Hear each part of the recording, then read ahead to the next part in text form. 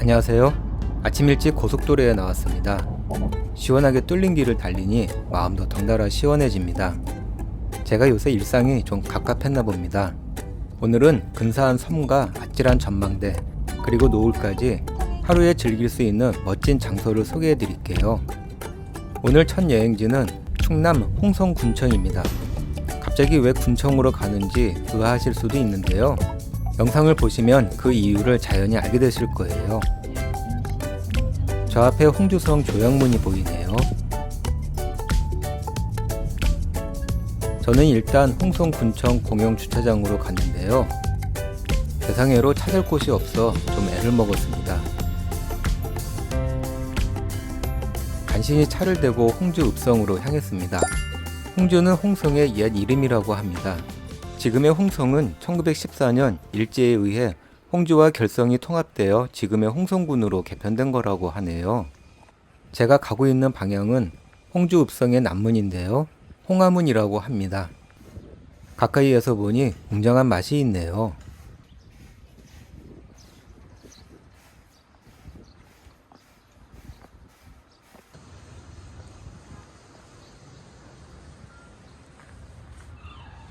읍성 안이 좀 어수선했는데요. 한창 유적 복원 작업 중이라고 하네요. 홍하문에 올라가 봤는데 막아놔서 들어가지 못했고요.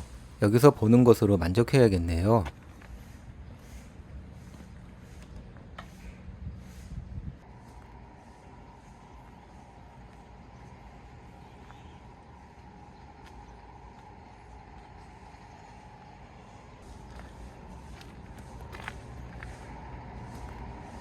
성벽의 선이 홍성 군내가 잘 보이네요. 홍주 읍성은 홍주목 치소를 둘러싼 1772m의 성입니다. 치소는 지역에서 행정사무를 맡아보는 기관이 있는 곳을 의미하는데요. 현재는 810m의 성벽과 조약문, 홍주하문, 안해당, 여하정만 남아있다고 합니다. 후삼국시대 전투인 운주성 전투, 그리고 1906년 의병과 일본군의 사활을 건 전투가 이곳에서 벌어졌다고 하는데요. 홍주 읍성은 파란만장한 역사를 지닌 곳이네요.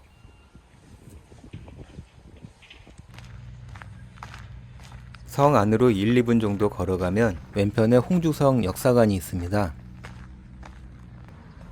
운영시간은 절기에 따라 다른데 하절기 기준 아침 9시부터 오후 6시까지이고요. 관람료는 무료입니다. 그리고 매주 월요일은 휴관이니 참고하세요.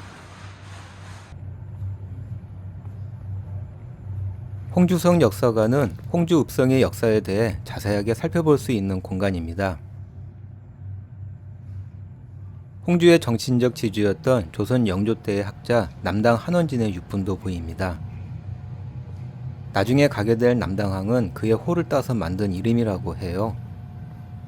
홍주성 역사관은 읍성과 함께 둘러보시면 좋을 것 같아요.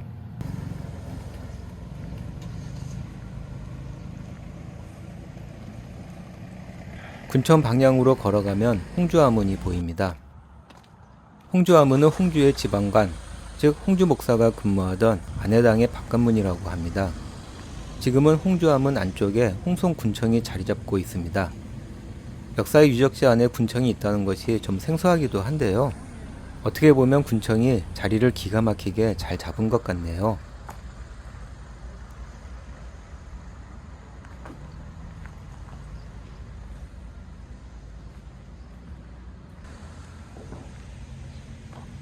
군청을 가로질러 가면 안해당이 있습니다. 예스러운 모습이 보기 좋았는데요. 아쉬운 점은 행사가 있는지 많이 어수선했습니다. 그래서 주차장에 차가 많았나 봅니다. 안해당을 돌아 뒤로 가면 여하정이 있는데요. 아이고, 여기도 좀 복잡하네요. 여하정은 작은 연못에 있는 정자입니다. 1896년 홍주 목사 이승우가 건립했다고 해요. 연잎 사이로 수줍게 얼굴을 내민 수련이 참 예쁘네요. 생각보다 여하정이 운치가 있었는데요. 홍성군청 공무원들은 복받은 것 같습니다.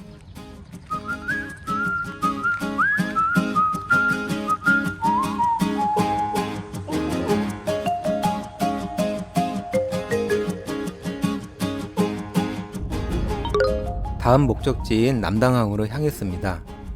저는 죽도행 배를 타기 위해 내비를 남당항 주차장으로 검색해서 갔는데요.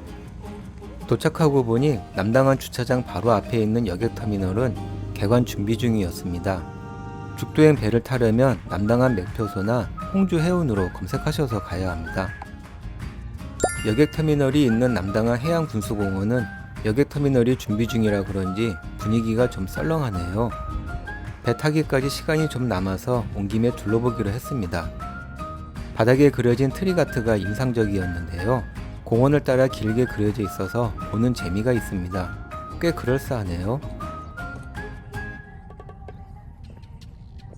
심심해서 저도 한번 포즈를 취해봤습니다.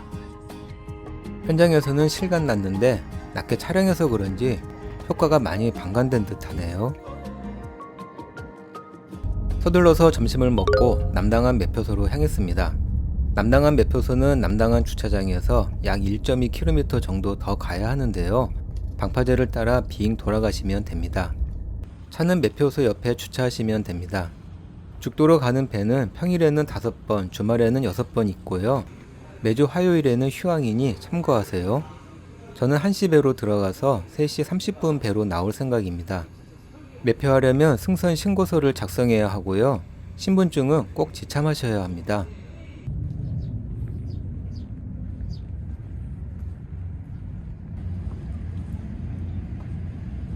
배는 작은 편이라 차는 가지고 들어갈 수 없습니다.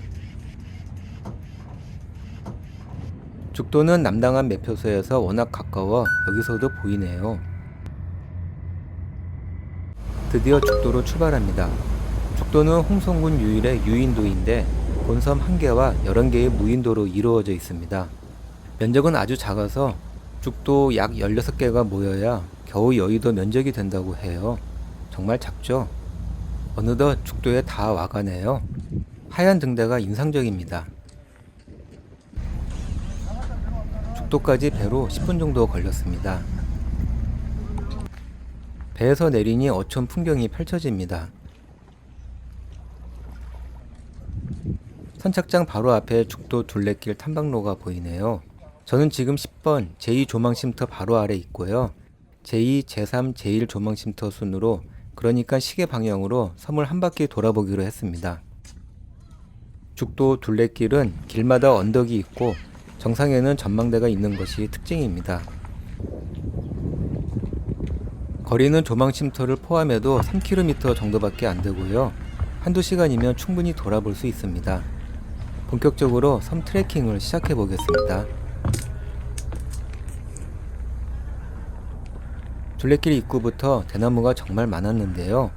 죽도라 불린 이유도 섬 주위에 대나무가 많이 자생해서라고 해요. 조금 걸어가면 제2조망쉼터 올라가는 길과 조망쉼터 주변을 한 바퀴 돌아보는 둘레길로 갈라지는데요. 저는 일단 제2조망쉼터로 가보겠습니다.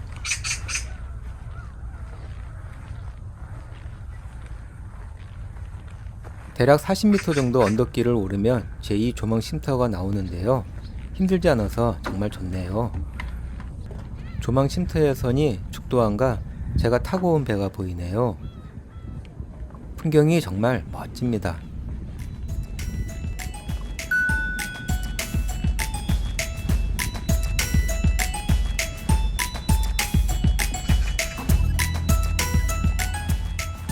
제2조망쉼터에서 내려와 조망쉼터 주변을 한 바퀴 돌아보겠습니다.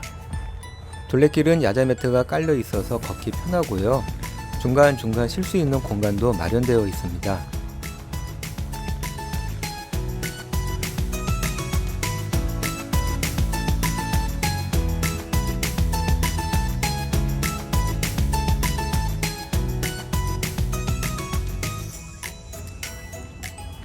약간의 언덕을 제외하고 경사도 거의 없는 길이라 누구나 쉽게 걸을 수 있습니다.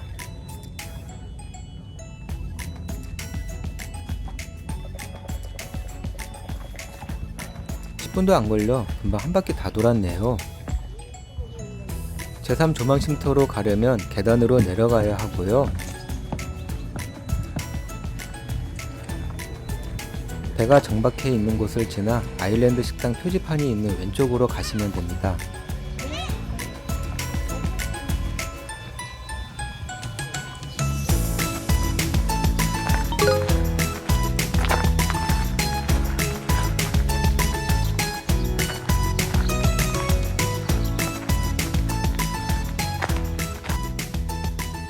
야영장 방향으로 가세요.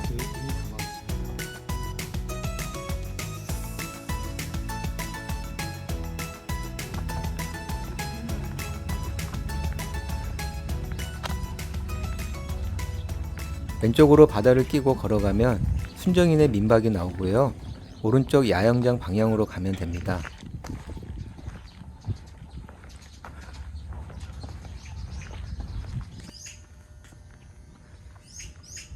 야영장이라 편의시설도 잘 갖춰져 있고요. 야영장 비용과 죽도 민박 패키지 상품은 영상 속 안내판을 참고하세요.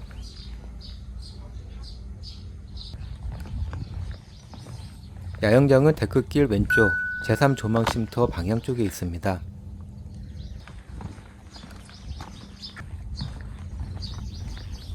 바닷가 전망 좋은 곳에 있네요. 야영장 쪽으로 한번 내려가 봤는데요. 양식장 때문에 약간의 부유물이 있긴 하지만 그래도 물이 깨끗해 보입니다.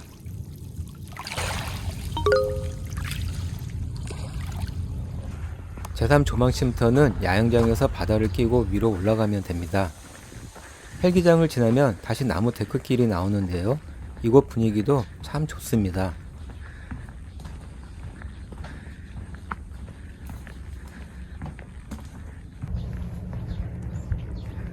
드디어 제3조망쉼터입니다.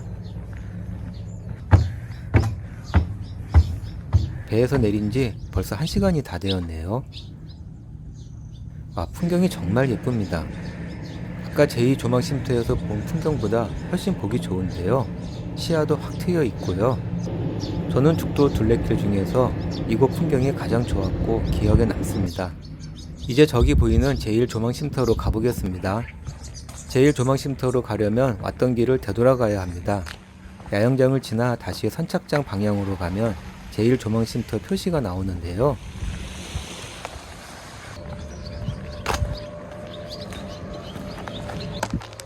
표시를 따라 바다를 왼쪽에 끼고 걸어가면 됩니다.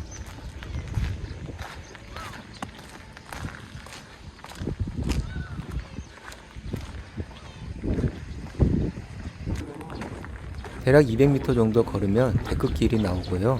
계속 걸어가세요.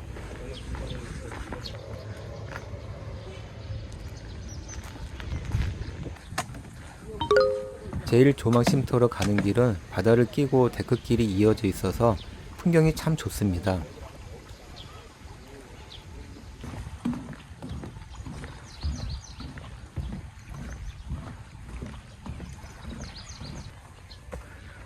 조금 걸어가면 다시 야자매트 길이 나오고요.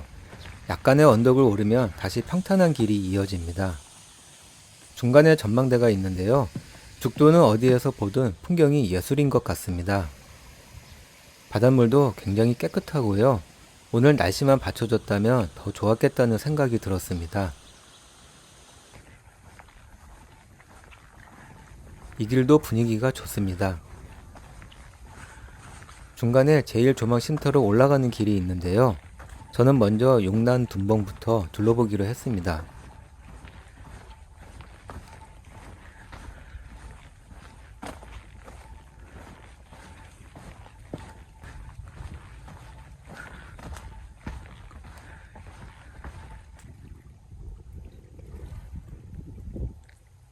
저 섬이 큰 달섬, 작은 달섬인 것 같네요. 물이 빠지면 본섬과 연결되어 걸어서 돌아볼 수 있다고 합니다. 그런데 본섬과 큰 달섬 사이에 썰물 때도 바닷물이 빠지지 않는 물구덩이가 있는데요.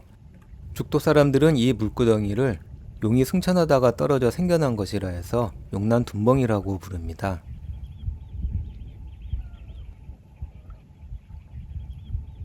물이 차 있어서 저는 용남 둔벙은 볼 수 없었습니다.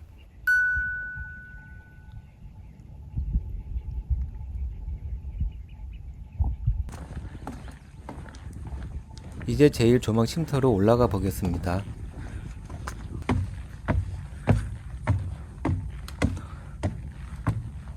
야자매트 길을 조금만 가면 제1조망쉼터 올라가는 계단이 나오는데요.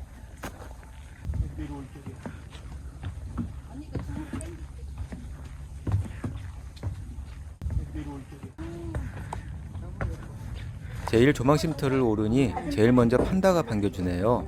아마도 죽도라서 대나무를 좋아하는 판다 조형물을 만든 것 같네요.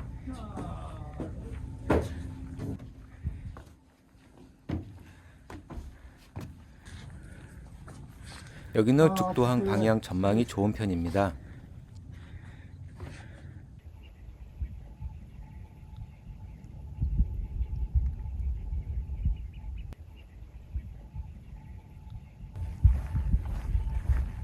제일 조망쉼터를 내려와 풍력 발전기 방향으로 가다가 왼쪽 아래로 내려갑니다.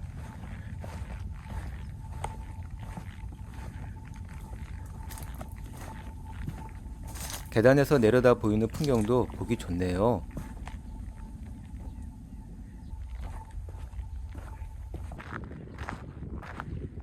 왼쪽으로 해변을 끼고 조금만 걸어가면 소나무가 많은 언덕이 나오는데요. 여기도 소나무 그늘이 시원하고 운치가 있습니다.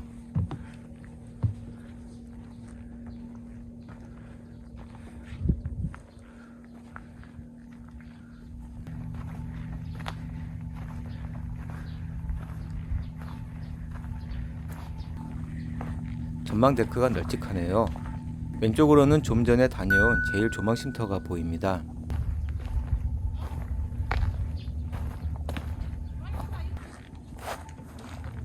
소나무 길을 따라 조금만 걸어가면 조금씩 항구가 보이기 시작합니다. 계단을 내려오면 항구인데요. 선착장 건너편 쪽으로 내려온 거네요. 지금 시간이 2시 52분이니 섬을 한 바퀴 도는데 1시간 40분 정도 걸렸습니다.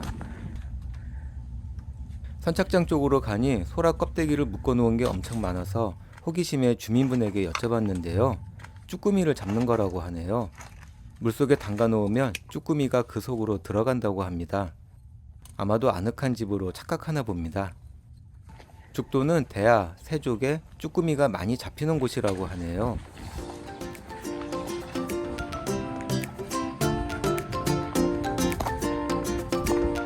항구가 참 평화로워 보입니다.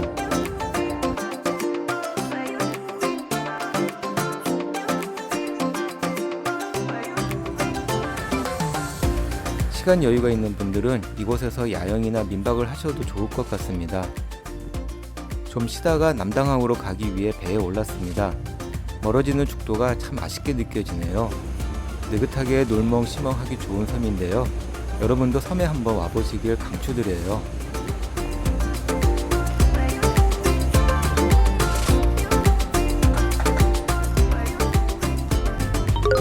다음 목적지는 홍성 스카이타워인데요.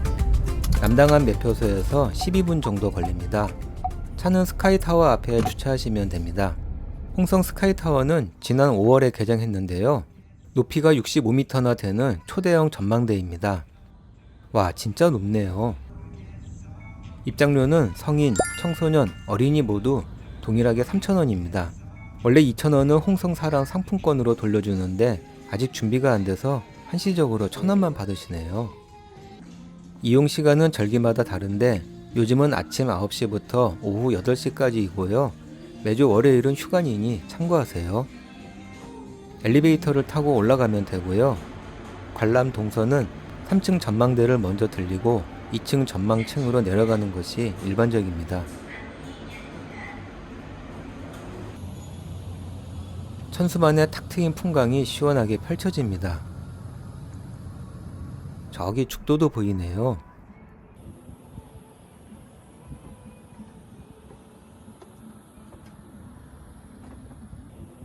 360도 파노라마 뷰도 즐길 수 있습니다.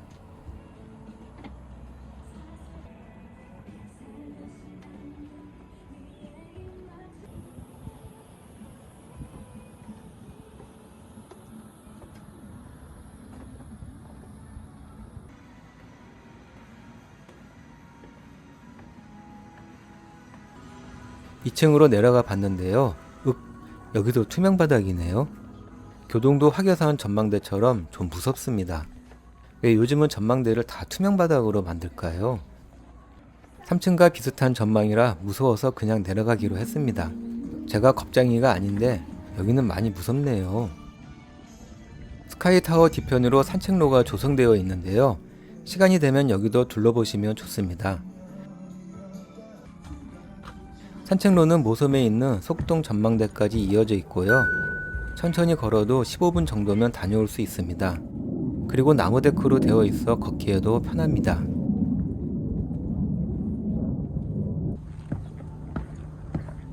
여기도 민물과 썰물에 따라 다른 풍경을 보여주는 곳입니다.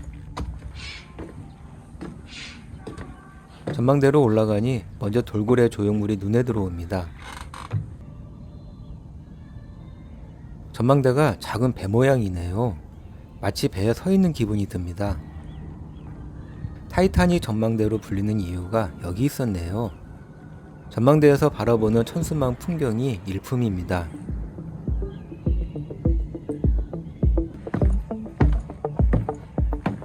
마지막 목적지인 남당 노을 전망대로 향했습니다.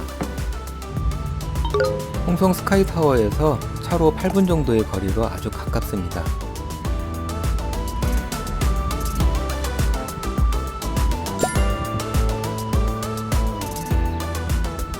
남당항 일몰 시간을 보니 7시 56분이네요. 일몰까지 2시간이 넘게 남아서 노을 전망대만 둘러보는 것으로 만족해야겠습니다. 노을 전망대는 해변 도로에서 시작해 곡선으로 바닷가를 향해 뻗어 있는데요. 마치 하늘로 올라가는 길처럼 느껴지네요. 하늘에서 본 남당 노을 전망대의 풍광은 한 장의 그림 녀석 같았습니다.